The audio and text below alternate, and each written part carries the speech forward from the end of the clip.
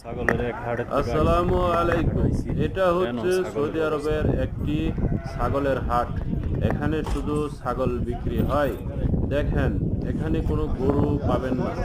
এগুলি হচ্ছে আমাদের দেশে কয় বেড়া, আর এই দেশে এদেরকে ছাগলও বলে, বেড়াও বলে।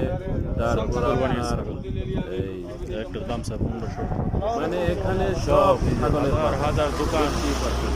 হাজার হাজার ঠিক আছে, ছাগল। এভাবে বিক্রি করে।